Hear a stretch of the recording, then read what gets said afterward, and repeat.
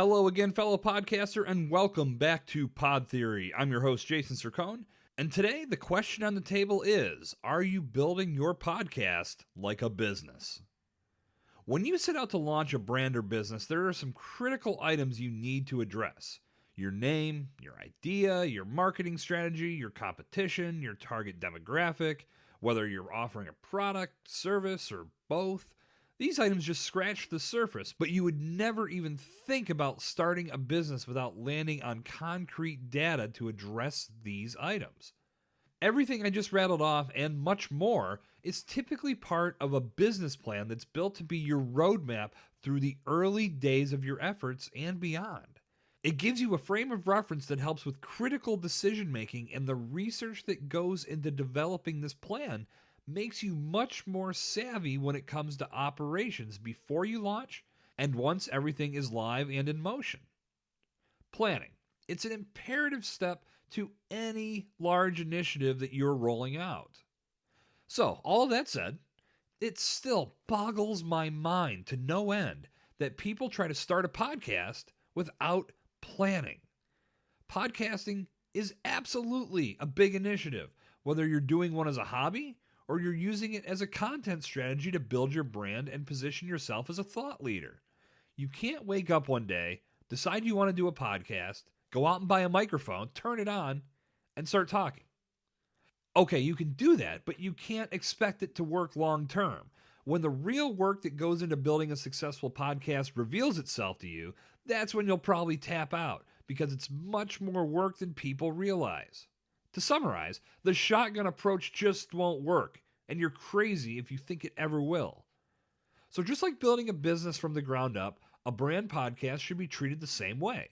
It may just be a piece of the puzzle within the entire brand development strategy you plan to execute, but each segment of your podcast development needs attention in order to make the entire production hum when you get ready to go live.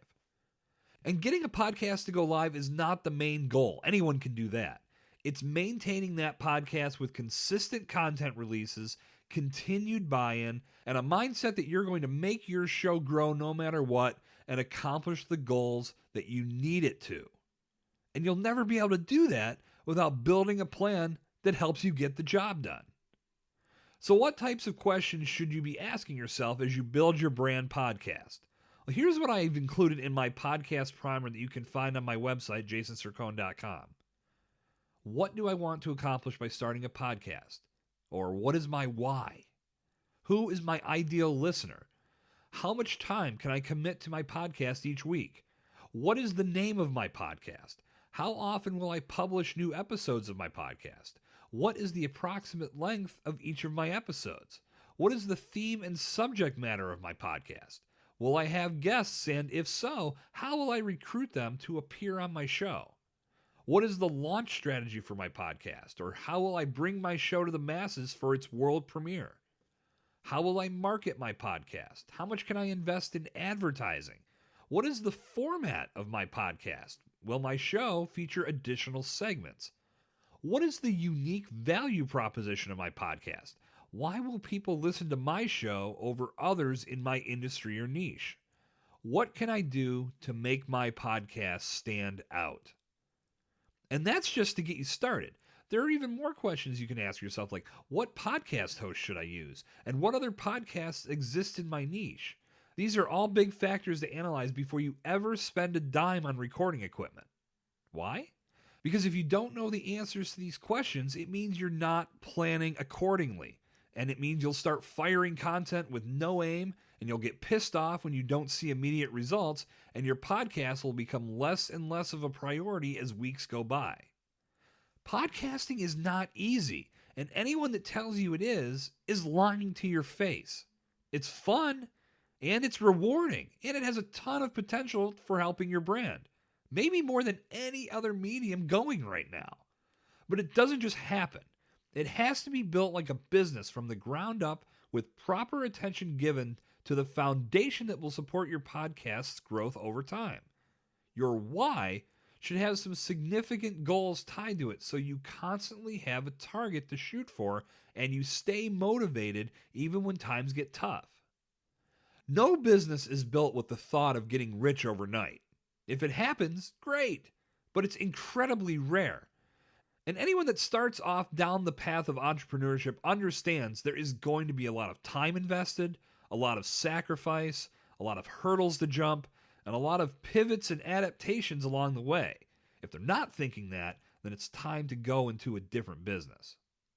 Building your podcast needs to be treated with that same level of respect. It won't come together overnight. It won't take off and get millions of listeners overnight. But consistent effort executed daily, combined with a solid plan to guide you, will bring you closer to those results in a much more efficient way. Build your podcast just like you'd build a business, and it will bring you a much bigger return on your investment. And that's going to wrap up today's lesson on episode 106 of Pod Theory. If what you just consumed hits home with you, please take 30 seconds to tell the world on Apple Podcasts just how much you've been impacted. Leave a great rating, leave a 5-star review, and tell everyone what you learned here on Pod Theory. Ratings and reviews help podcasts reach more listeners just like you. And if you pulled some value from today's show, chances are so will others. Good talk. I'll see you back here tomorrow. This has been Jason Cercone on Pod Theory.